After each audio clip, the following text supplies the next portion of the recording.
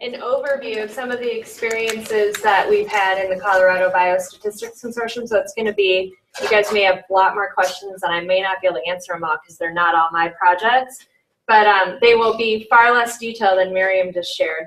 Though I know that the challenges that sit behind each one of these problems is equivalent to all of what she just shared. So it's also an opportunity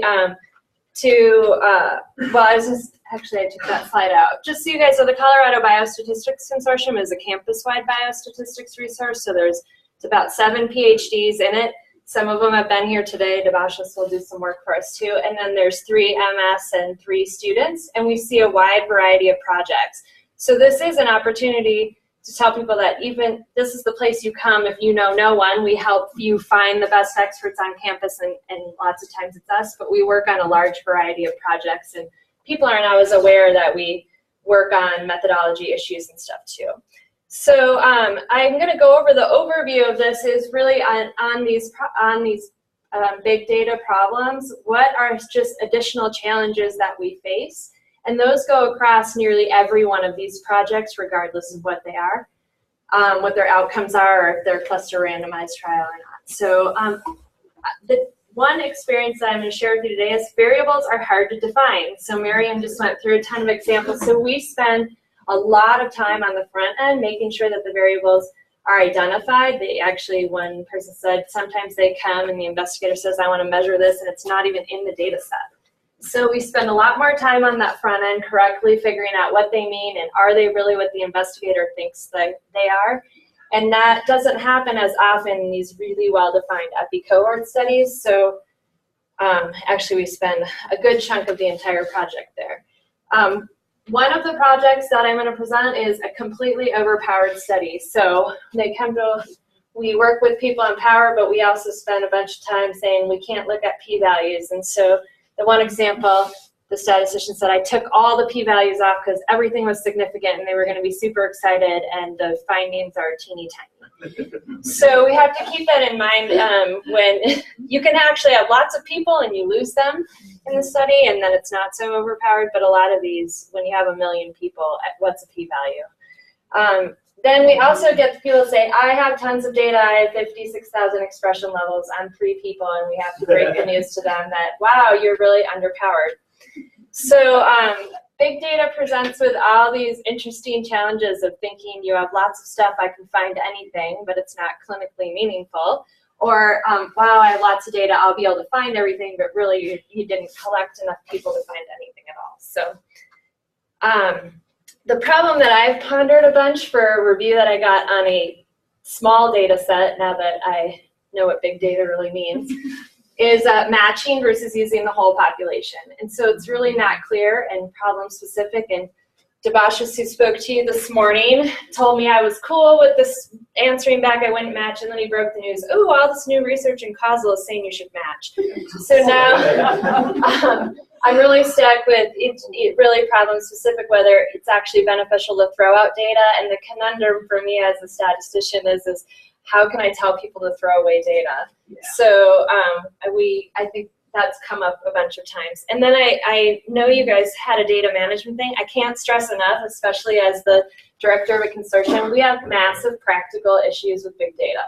So the first problem in the first study was the student's computer who was working on it actually wasn't big and bad enough to even read in the data. So then we have to click and buy a very nice, expensive computer for them to replace it. Where am I going to store the data? I got the bad news that the Colorado School of Public Health drive had a terabyte, and if they stuck the data set on there, it was going to bring down the school. So we've had to deal with, the more that we see these projects, how are we handling just practical things that in the past we never worried about? My last example is imaging data. How am I going to access it or receive it? National Jewish Health Firewall, you can't transfer big data out of it. I live by there. I spent a lot of time with hard drives getting imaging data on my feet, transfer, and bringing it back here. So there's just practical things. They cost time, and they cost people, they cause delays. And so I just thought it was an opportunity to raise that even in that collaborative world, especially when you're new working with something, these projects take a lot more time just for things that feel silly. Like I feel like I should be able to get data from National Jewish without driving over there. So case one, and a bunch of these are vague because they're still in process studies, so we're kind of respecting the fact that the work's not all done. So the lead statistician on this one is David Weisenkamp, and he's in biostats. So it's a multi-million case, it's a multi-level model, and it has variance partitioning is his summary. So we have over 12 million visits, and the goal was to estimate the proportion of variation accounted for by community or after accounting for 36 predictors in multiple variables. So the challenges that he raised when I asked for a short summary of it is that everything was significant, and the example he gave is high hospital visits for 56.46 female and low hospital visits for 56.99 p-value, tinier than anything. So he seriously said, I had to really convince the investigator that you can't go look at our column of p-values and then go study it. So he said he took them all out of the report so that they could have a conversation about clinical meaning, because we've trained you all to obsess over your p-values. One quick comment. Yeah. Something I've been using more often is the value, either the chi-square or sometimes it's D, because at least they don't bump up against that less than 0.001. Yeah, I mean, we could ask it to get more. I think, you know, it's hard. We've just spent so much time living in a small data world for so long where you're just eye-catch to anything that's significant. It's like a retraining when you work with big data to really focus on the coefficients and the differences you're seeing, and then go look at how they are relative. But yeah, there's lots of other. So his challenge too was this insufficient computing power. And I would say actually of these 3 data sets, this was the real big data one. Because even when we moved them to the server, you still couldn't run the model. And so that was I asked somebody once, what's the definition of big data? And they said, when it breaks your computer. And I said, well, how big is the computer you broke? He went to our servers that had tons of memory and lots of stuff, and this would qualify in one of those that you would parallel process if he had coded it up that way. So he reduced multiple patient records to one record. I told you we replaced a computer so they could actually do descriptive statistics before they put it on the server. And the CCTSI had at the time the server we called Colorado. And even then it wouldn't run, so he chose to do 1,200 samples where he took 1% of the raw data. So think of it as like a bootstrapping without replacement. And he said, but even that ran for 2 weeks. So it means you're not going to mess around, right? When you do the final model, you can't just go, oh, let's experiment with this all, return. You have to put a lot more thought into it. So that's one example of the challenges that we've worked with. The other one, actually, you raised the medication data, and this is a medical administrative health data set. And as they're reporting in weekly meeting about the study, I'm asking why this study's never finished, and it's because you can't actually define the variables well. And so they're looking at drug use as their main factor, which it turns out is just a really hard to define measure. I felt actually really reassured hearing your own study. So you get into these long discussions of which variable do you want to use in which time period, and if we measure it over this time window, is that really what you mean by drug use? And so it's really difficult to determine what the variables mean. And the lesson that this statistician said they were learning, lesson number 1 is that they really need to work with the investigator to figure out what's in the data and what's actually well defined in the data. And so they are moving along on the project. It's just been challenging. Then if the main variable of interest is drug use and it's ill-defined, you get into this big question of what's your population? Yeah. And so is it that drug use at a certain period? Is it amount of drug use over a window? Is it what they were doing right before baseline, or is it a window? And all of those start changing your overall population that you're studying. And then that changes the generalizability of your study. So they would have long, very thoughtful meetings, and then Andy was the lead statistician on this. Andy Hamas, he's an MS statistician in our group. His take-home message here was, don't assume something is there without checking first. Because even the documentation and everything around it can be misleading. You think you've honed down which population you're going to look at, and then you go there and the variable actually isn't there or isn't there in enough quantity for you to analyze it. So this was an analysis section, so he did add in that the reason that the population becomes so specific is because these are survey-weighted studies. So as you're selecting out your population, your weights are all changing, so it's changing how you're programming up that model. So the last is a little more near and dear to my heart because I'm the lead on it. So in addition to doing the things that were listed before, I work with hormone data a lot, Bayesian models of it.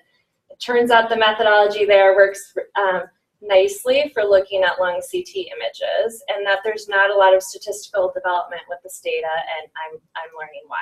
It's a big data problem. So CT is a diagnostic tool for many lung diseases, and the data are originally constructed in all the machines so that people visually assess it. So that was their goal, as they're thinking, I call it this. The radiologist is going to hold it up and look at it. So they tune the machines and they tune all the parameters over all these years, wonderful physicists in processing, so that it looks good when you look at it. That also means that they do lots of things that can affect the numbers that are behind the scenes. So that's some of the challenges in trying to take now a problem that they usually look at it, the visual assessment problem, and turn it into a numeric problem.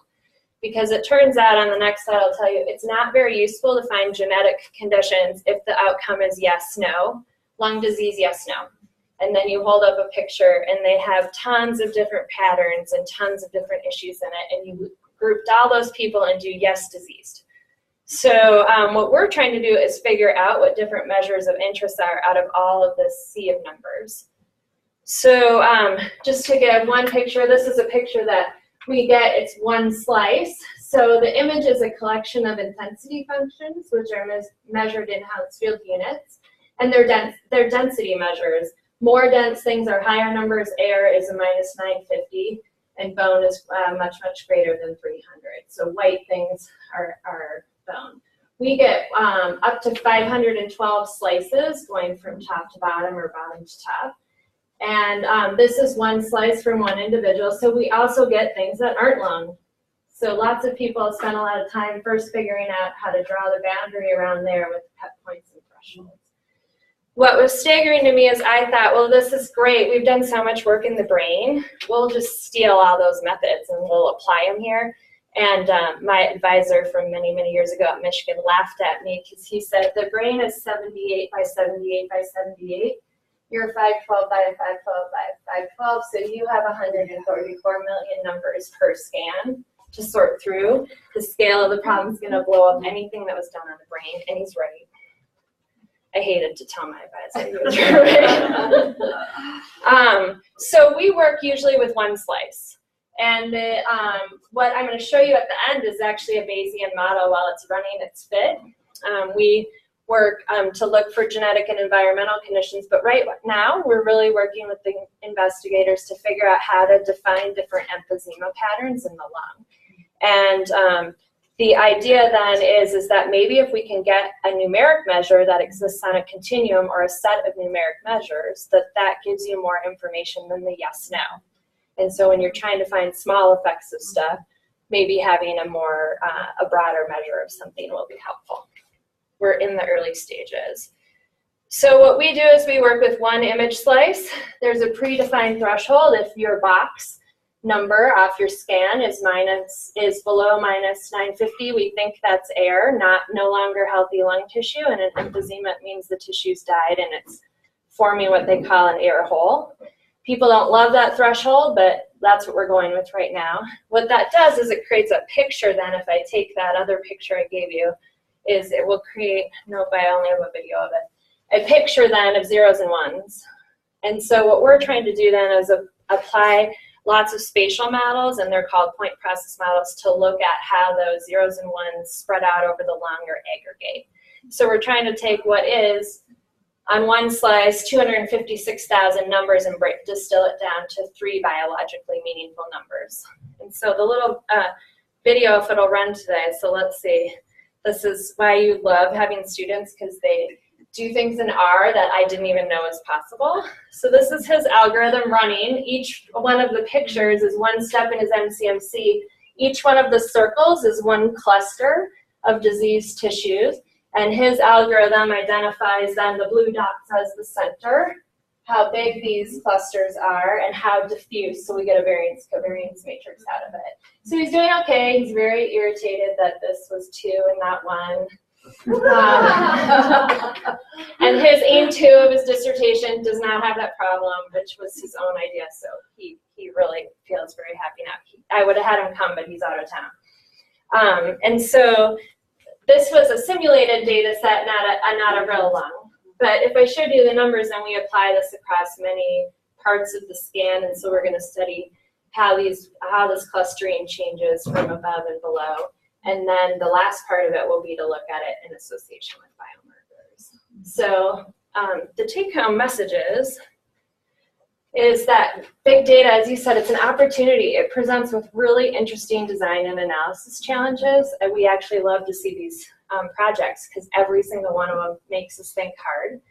In the end, the analysis isn't always non-standard, so I didn't actually talk the other 2 studies, including actually all 3 studies, boil down to some sort of regression model.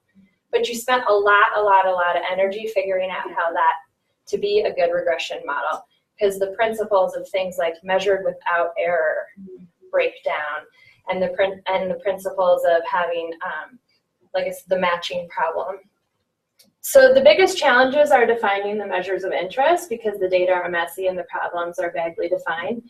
And even in the last one, which is our methodology work, we're still doing the same thing we're doing with the other measures, trying to boil it down to a set of clinically meaningful things because I can't put 156,000 or 14 million things in a model together. So my last message would say is we really love the challenges that come with big data problems, so we would happily start new collaborations. So I'm happy to answer any more detailed questions, or if you have more questions for Miriam, I think we have a little more time. So, Nichole, you were talking about